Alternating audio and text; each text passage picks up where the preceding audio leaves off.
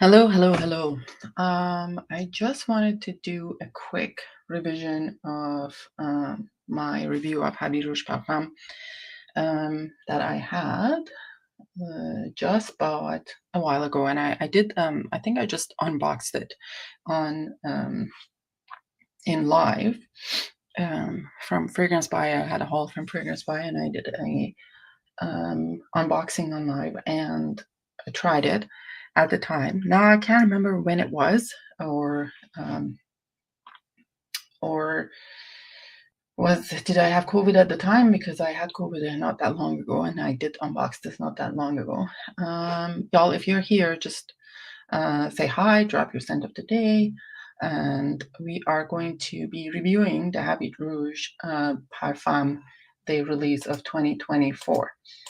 I got this because one of my friends, good friends in Fragcom, was telling me that I should try that, and um, you should get my nose on it. I should try it, and he thought that I might like this, and I bought it. And at the first kind of spray, I think I sprayed it on myself, but again, the only thing I had gotten, like I just got the box home, and what I got from it, it was a really beautiful kind of citrusy opening, and some vanilla. It was a really, really happy fragrance to me, and I quite liked it. Now, today, of all days, I was watching AC Smells Good. Shout out AC if you're watching this later, or if you ever come across any of my videos. But I was watching his review. He just reviewed this. If you haven't watched that review, I'll drop the link in the description so you can go watch it. So he reviewed this perfume, and he had a total of different. Hey Mitra, hi Mitra, hi Dahlia. He had a total of different review of this fragrance. How are you, Dahlia? I know you have been working hard and kind of tired, but I quite like our new thread on Discord. Unwinding. Sorry, just that's a decoy a little bit. Anyhow, so he thought that the perfume was quite strong, and he got a lot of patchouli from it, and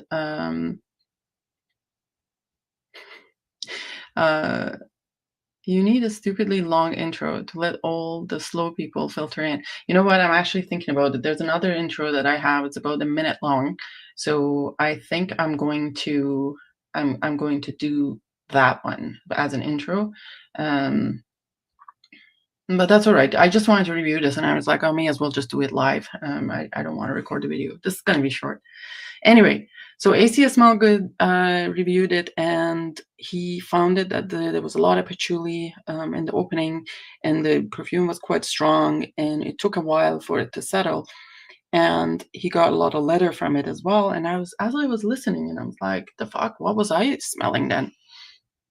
And then however, he said that he had a tester strip that was sprayed 7 to 10 days ago, and the tester strip smelled really, really good. I'm fine. I wouldn't have said anything if Rich hadn't made a new thread. I suggested it, Dahlia. I suggested it. Maybe he thought about it before, but I was like, let's have a thread on whining. Sorry, this is two conversations going on here for people who are listening. Anyways, so I did spray it this morning, and he's absolutely right. So I don't know what happened to me. I did spray it on skin and all over myself. I got quite a bit of patchouli at the beginning. It's quite medicinal. It's not chocolatey patchouli, and it's a lot of it right off the bat. And if you're not a fan of patchouli, you will not like this. You'll be overwhelmed. And there's that kind of waxy, what he was calling it, the waxy quality in the background. That's probably the leather. So like when you're kind of combining the leather, that kind of strong patchouli together, you might not find this appealing. But interestingly enough, I'm going to say that even though it has strong patchouli and leather at the beginning, it is sweet enough that it would be considered as a unisex fragrance. I don't think it comes really strongly masculine, or maybe just on my skin is like that. Um, it took about so today is a cold day, so I know that in the hot temperature, really, perfumes act differently. Today is a cold day, but not as cold as yesterday. So it sometimes the perfume keeps that sharpness for a while. And it took about half an hour. I got out of the house to get my nails done, and it took about half an hour to settle down. Like about, I sprayed about 9 o'clock in the morning. By 9:30, it has settled, and the vanilla and that beautiful kind of base notes started coming out.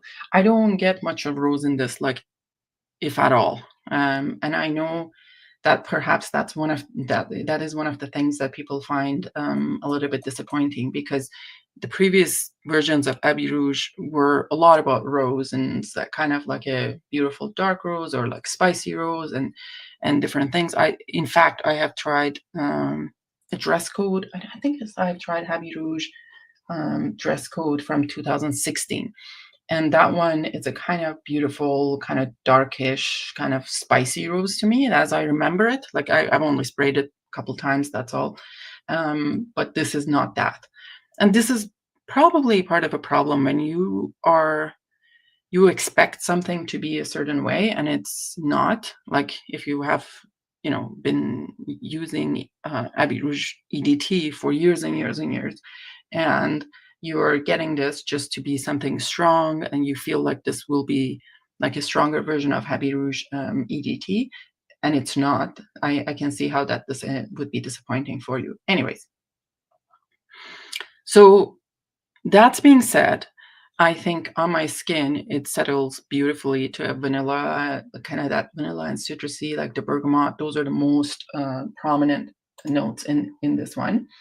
And what else is in here? So there's a rum. I don't get much of a booziness, even though some people say there's lots of booziness. And the patchouli is there throughout, but it settles. Like by half an hour, it settles. And I, I don't know if there's rose in this at all, because the Fragrantica doesn't mention, but I think there should be some rose in this one. Now, when people make now let me just open the Abbey Rouge Eau de Toilette. What year is this one is saying? Is Eau de Toilette was launched in 1988. The nose behind it was Jean-Paul Guerlain.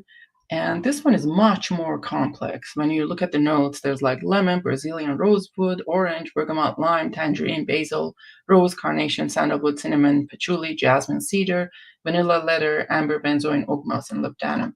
So sounds like it's a much more complex fragrance than it is the Parfum version. And to be honest, it seems like even with the dress code one, let me just open the dress code one. That was 2016 that I smelled, and dress code 2016 was done by Thierry Wasser. And the notes on that one was rose, bergamot, neroli, spices, praline, leather, vanilla, woody notes, and tonka bean.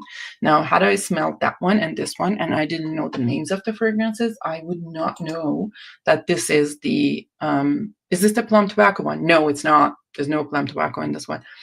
If I had not smelled, like if I didn't know the names of these two fragrances, Abbey Rouge Parfum and Abbey Rouge Dress Code 2016, I would not even know that these fragrances are related, let alone that one is extrait of some sort and one is the flanker.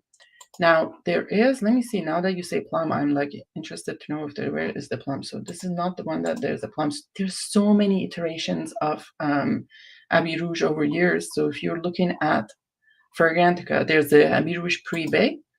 Maybe that's the one with plum. Let's see. No, that one has iris. Oh, interesting. I should try that one too.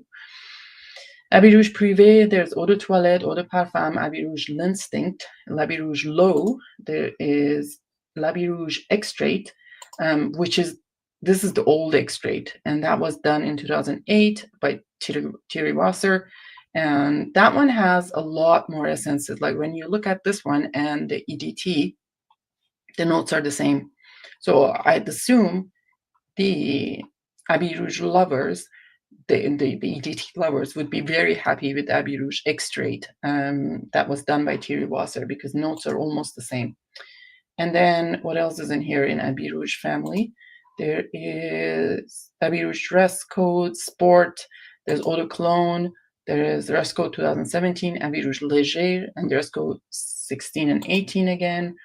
Habit Rouge, habit de cuir, habit de métal, mon habit rouge taillé sur mesure, habit rouge beau cavalier, and habit rouge rider edition, habit rouge edition voyage, and habit rouge armoire, armoirie, interesting.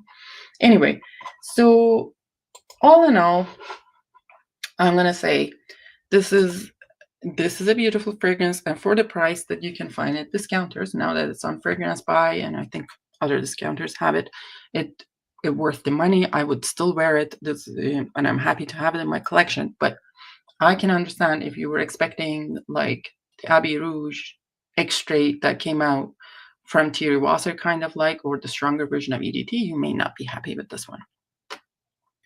Now, I also have two other fragrances I could open up and review, but I think I'm just going to leave it at this, have it a short video of a review of the Abbey Rouge Parfum. Thank you very much, AC Smells Good, for reviewing this fragrance earlier on and kind of giving me a nudge to try this fragrance again and get my review done. Anyhow, you guys have a good day and see you later. Love you all. The stream here with